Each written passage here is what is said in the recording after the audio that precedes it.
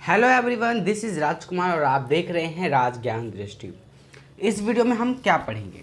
इस वीडियो में हम पढ़ेंगे कक्षा 12वीं के आरोह भाग 2 हिंदी पुस्तक पहलवान की ढोलक अध्याय से कुछ महत्वपूर्ण प्रश्नोत्तरी। तो आइए शुरू करें अपने इस वीडियो की। इस वीडियो में ऑप्शन टाइप क्वेश्चंस हैं कुछ, और फिर बाद में सब्जेक्टिव क्वेश्चंस भी हैं।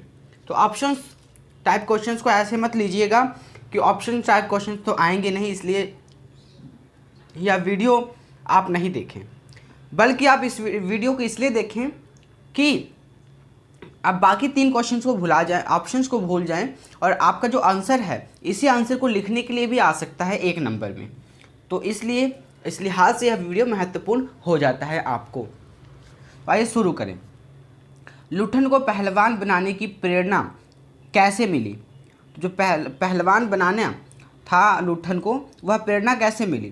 तो राजा जी से अपमान का बदला लेने के लिए, या माँ के अपमान का बदला लेने के लिए, या सास की तकलीफ़ का बदला लेने के लिए, या पिता की हत्या का बदला लेने के लिए। तो जो लुठन पहलवान था वह पहलवान बनने के लिए अपने आप को प्रेरित कैसे कर पाया?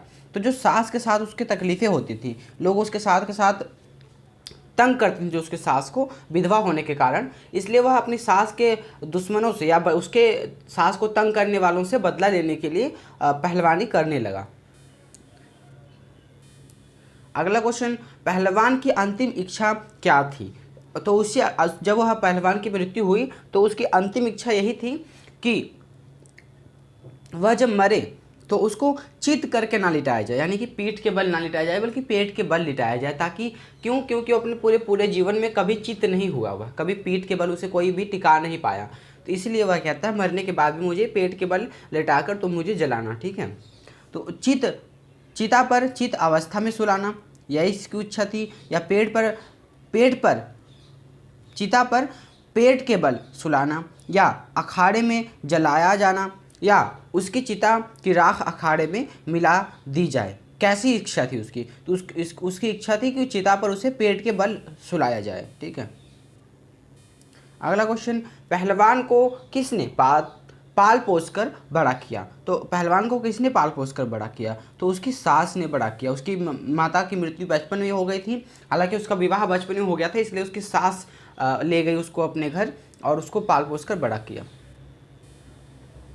सत्ता परिवर्तन का पहलवान के लिए जीवन पर क्या असर पड़ता है?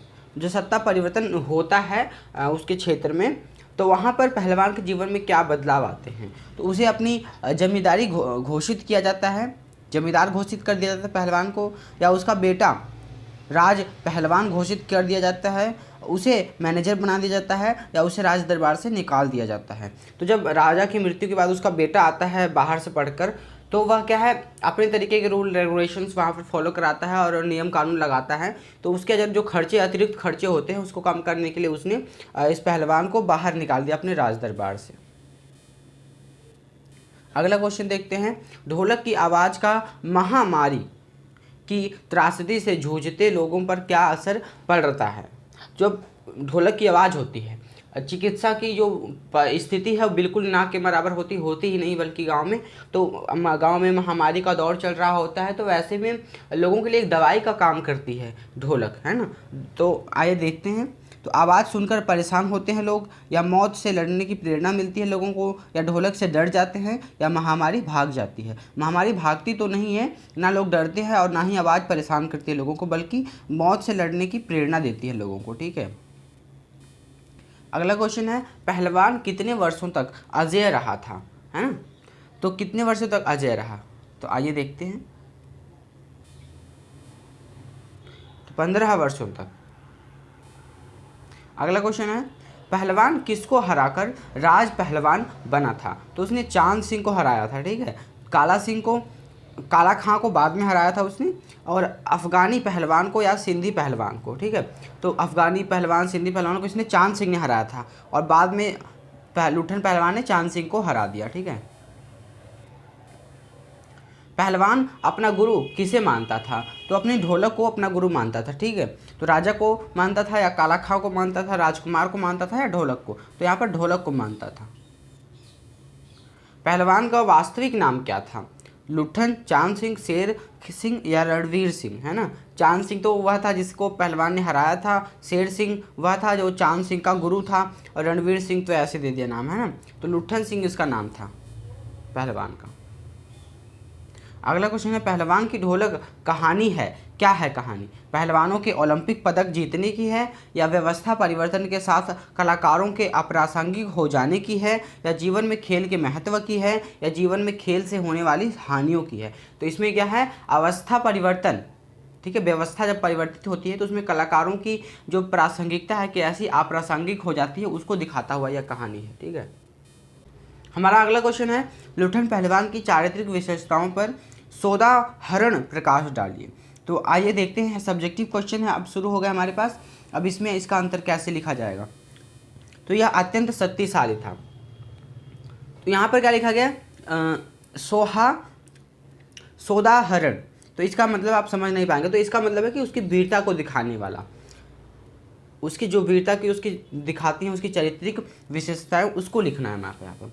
तो वह अत्यंत शक्तिशाली था, क्या है, भाग्यहीन था, साहसी था और संवेदनशील था, ठीक है। अगला क्वेश्चन देखते हैं, पहलवान की ढोलक कहानी में किस प्रकार पुरानी व्यवस्था और नई व्यवस्था के टकराव को व्यक्त किया गया है? तो पहलवान की जो ढोलक कहानी है, इसमें एक नई व्यवस्था और पुरानी व्यवस्था के बीच में कैसे टकराव होता है। तो नई व्यवस्था और पुरानी व्यवस्था से आशय क्या है, एक राजा था, उसकी व्यवस्था किस तरह से चलती थी, अब राजा का पुत्र एक नई व्यवस्था के साथ जब शासन करता है तो वह किस तरह से शासन को चलाता है। तो हमें यहाँ पर वह पूछा गया है, ठीक है। तो इसका उत्तर होगा कि पुरानी व्यवस्था में पहलवानों को राजश्रय प्राप्त होता था, ठीक है। राजा का दरबार मिलता था पहलवानों को, कलाकारों को उसमें आश्रय मिलता था, ठीक है। कलाकारों को आश्रय मिलता था पुरानी व्यवस्थाओं में, और राज दरबार में मान सम्मान मिलता था। और नई व्यवस्था में क्या हुआ कि पहलवानों की आर्थिक मदद समाप्त हो गई, ठीक है। आर्थिक खर्चों को बचाने लगे राजा, और राज दरबार से बाहर निकाल दिया गया, ठीक है। इस तरह से परिवर्तन आया। तो अब अगला क्वेश्चन है कि दंगल के दृश्य से लेखक का क्या अभिप्राय है, और इस दृश्य का लोगों पर किस तरह का प्रभाव पड़ता है? जो दंगल का दृश्य दिखाया गया है, इसका लेखक का आशय क्या है? तो लुट्ठन ढोलक की आवाज़ के बल पर ही दंगल जीतता था, और उस दृश्य को याद कर लोग क्या है, उत्साह से भर उठते थे। अब वह उन्हें बीमारी से लड़ने की प्रेरणा भी देता था। तो हमारा अगला क्वेश्चन है, लुट्ठन के राज पहलवान बन जाने के बाद उसकी दिनचर्या कैसी थी, वर्णन कीजिए। अब वह राज दरबार में राज दरबारी पहलवान बन गया, तो उसके बाद उसकी जो जीवनचर्या थी, दिनचर्या थी, वह कैसी थी, उसकी हमें व्याख्या करनी है।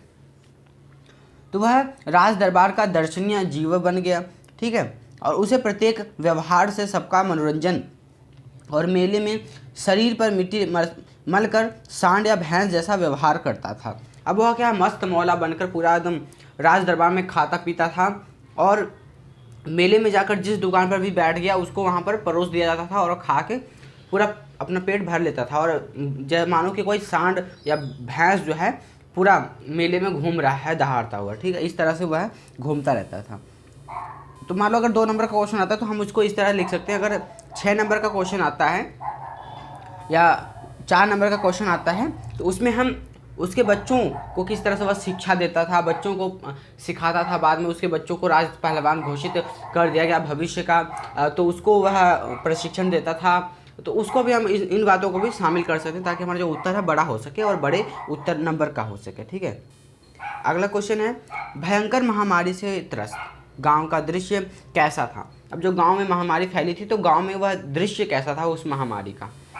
तो हृदय विदारक यानी कि हृदय को दुखी पहुंचाने वाला दृश्य, और महामारी, सूखे और गरीबी के चारों ओर मृत्यु का सन्नाटा सा था। एक महामारी के दौर में चारों तरफ सूखा, गरीबी और चारों तरफ मृत्यु का सन्नाटा, और लोगों की सिर्फ चीखे चिल्लाने की आवाज़ें सुनाई पड़ती थी, ठीक है। अगला क्वेश्चन है, पहलवान की ढोलक मृत प्राय गांव वालों के लिए कैसी जीवनदायिनी थी। अब पहलवान की ढोलक में क्या ताकत थी वह पूछा गया है, ठीक है। मरते मरते लोगों को गांव में कैसे उत्साह पैदा कर देती थी, उनके मन में जीने की लालसा पैदा करती थी, उसको हमें बताना है यहाँ पर।